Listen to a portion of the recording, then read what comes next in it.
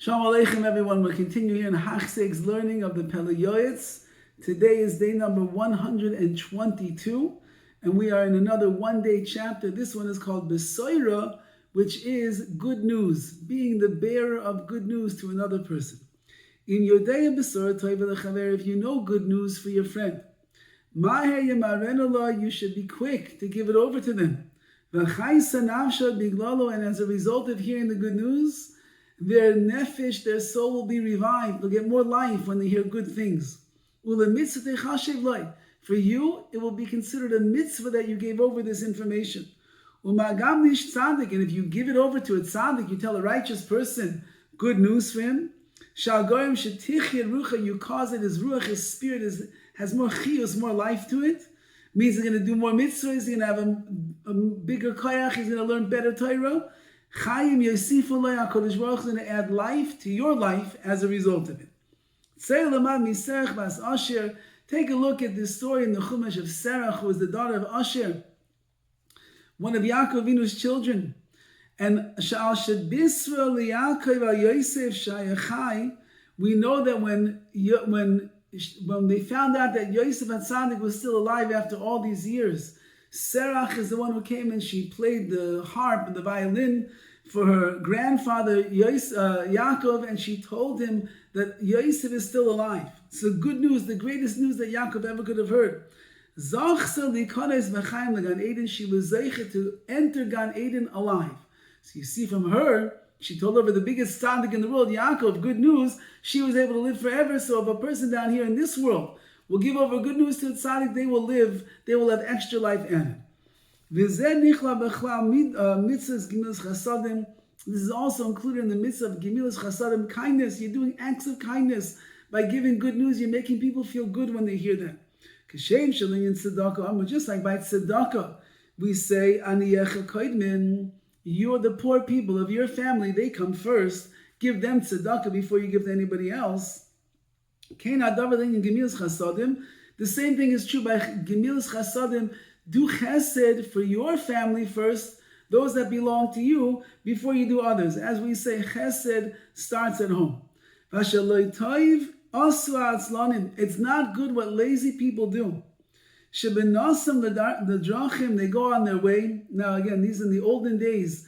There was no phones, there were no text messages, there was no FaceTime, there was nothing. When you went and you traveled far away for business, for a journey, whatever it might have been, you were lost from your family that you were coming from. That's how far off you were. So therefore, people go along the way. They don't write letters to their wives, to their family, to the people of their home, and let them know that everything is okay. And those family members which are at home, waiting to hear some good news, something from the person who left. So they're like, souls are melting in bad. Just thinking because of the great love they have for that person, thinking about all the terrible things that could have happened. Like people say, when one of their relatives would be traveling along the way, and they would be on their journeys, and the wife is sitting at home, she has no idea what's going on, because he doesn't write a letter, he doesn't call, nothing. So she's thinking the worst things that could possibly happen to him. He got eaten by a lion, this ship capsized, he was on a caravan and he got beaten by bandits. Who knows? The worst things that you think about your loved ones, that's what should happen to the enemies. That's what we say. Certainly in the future, the husband who went far on his journey and did not send enough letters home to his wife, he'll have to give a din v'cheshbon, he'll have to give an accounting at the end of days. But someone who has the ability to write, take in his hands the pen and the paper, and to write letters, he has many ways that he can get the mail to his beloved family back at home. Even if all the letters won't arrive, because that was in the days of those days, the mail wasn't as reliable. And nevertheless, at least some of the letters will arrive.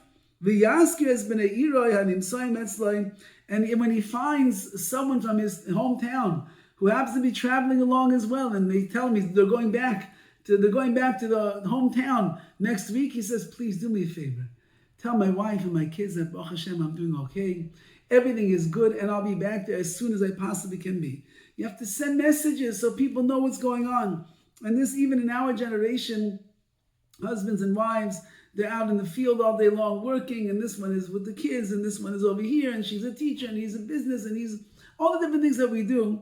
Don't stop sending little messages to your spouse throughout the day. You check in with your wife, you let her know everything is going well. You give a call at lunchtime, how you doing, honey? Is everything good? And the wife, she's busy during the day doing so many different things.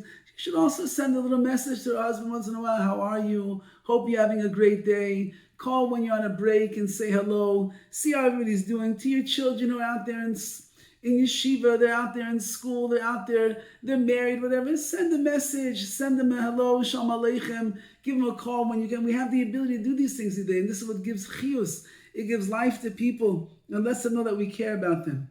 Says the Pele Yoetz, umitzvah al kol mi sheyagi igeres liyadoi sheyitrach begufay b'moina. Someone who has the letter in their hand, do whatever you can to make sure that it gets delivered to where it's supposed to go.